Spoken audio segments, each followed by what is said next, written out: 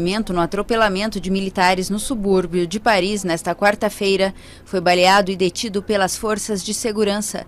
Ele foi interceptado quando dirigia o veículo supostamente utilizado no ataque. O ministro do Interior francês afirmou que o ato foi deliberado e expressou preocupação pelo fato de que as forças de segurança seguem como alvos de agressões. Isso significa que a ameaça ainda é extremamente importante e que nossas forças de segurança e militares são sempre alvos. O ataque aconteceu no centro de Levallois-Perret, localidade limítrofe com Paris, e o veículo fugiu depois da ação. Os alvos eram militares da Operação Antiterrorista Sentinelle, que protege locais considerados sensíveis na França após uma onda de atentados extremistas.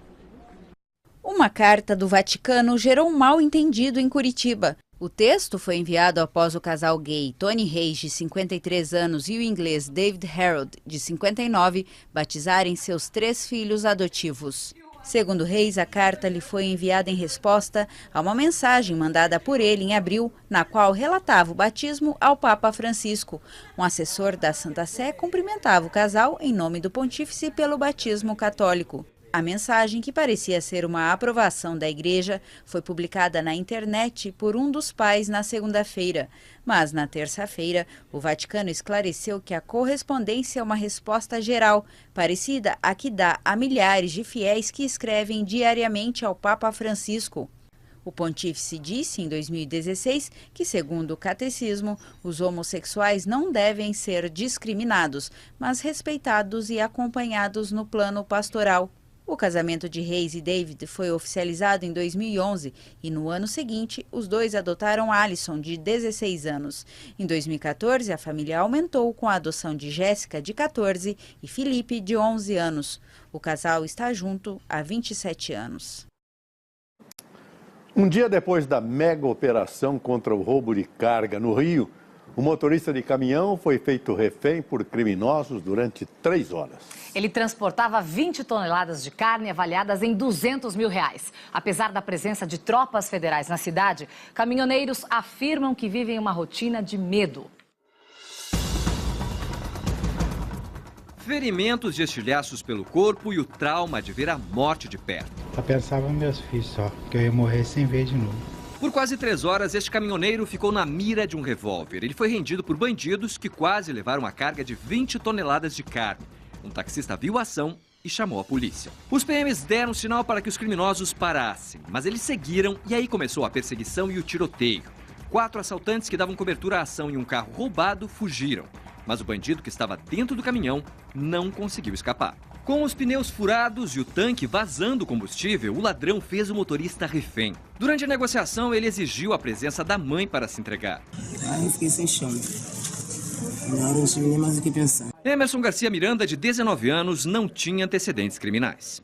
A polícia suspeita que essa tentativa de roubo tenha sido planejada e executada pela maior facção criminosa do Rio de Janeiro, comandada por traficantes. As quadrilhas se mostram cada vez mais ousadas e preparadas para cometer esse tipo de crime.